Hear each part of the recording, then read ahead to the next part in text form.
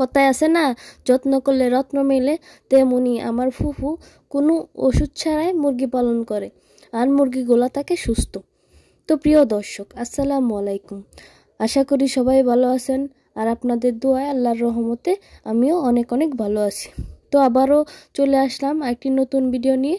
আজকের ভিডিওতে আলোচনা করব আমার ফুফু কিভাবে মুরগি পালন করে। মুরগির ঔষধ একেবারেই যে লাগে না সেরকমটা না, কিন্তু কোনো খরচ লাগে না। আমাদের সরকারি ক্লিনিক আছে, ওইখান থেকে স্যালাইন আর প্যারাসিটামল এনে রাখে। যদি মুরগির বেশি গরম লাগে তাহলে স্যালাইন খাওয়াই দেয়, আর মুরগির বাচ্চা যে সময় ফুটে ওই সময় স্যালাইন খাওয়াই। আর যদি মুরগির ঠান্ডা জনিত কোনো কিছু হয় তাহলে প্যারাসিটামল ট্যাবলেট পাটায় বেটে তারপরে খাবারের সাথে মিশিয়ে মুরগির বাচ্চাকে বা মুরগিকে খাওয়ায় দেয়। আর যত্নে রত্ন মিলে, এটা তো সবাই জানেন। আমার ফুফু কিন্তু অনেক যত্ন করে। যখন মুরগি তার বাচ্চাগুলা ডিম থেকে বাইর হয় তো তখন থেকেই খুব যত্নশীল হয়। শীতে বেশি যত্ন করে, খাঁচায় বন দিয়ে তারপরে ওদেরকে রাখে।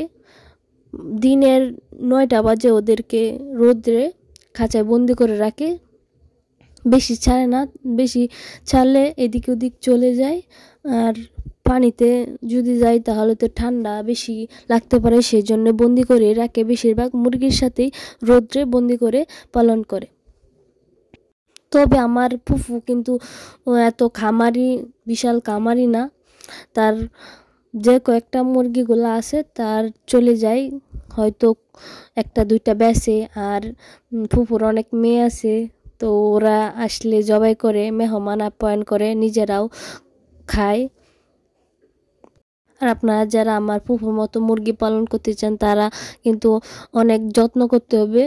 মুরগি যে আনাচে কানাচে পড়ে টুকিটাকে খাবে সেরকম কিন্তু না। মুরগির বাচ্চার অনেক যত্ন নিতে হবে। যার বড় বড় মুরগির এত খেয়াল না রাখলেও ছোট ছোট বাচ্চাগুলোর অনেক খেয়াল রাখতে হবে, কারণ ছোট ছোট বাচ্চা থেকে তো বড় মুরগি হয়, তাই না? তো আমার ফুফুর মুরগি পালনের কথাগুলো কেমন লাগছে অবশ্যই কমেন্টে জানাবেন। তো আজকের মতো এই পর্যন্তই, আবার দেখা হবে কোনো নতুন ভিডিওতে। সেই পর্যন্ত ভালো থাকেন, সুস্থ থাকেন। আল্লাহ হাফেজ।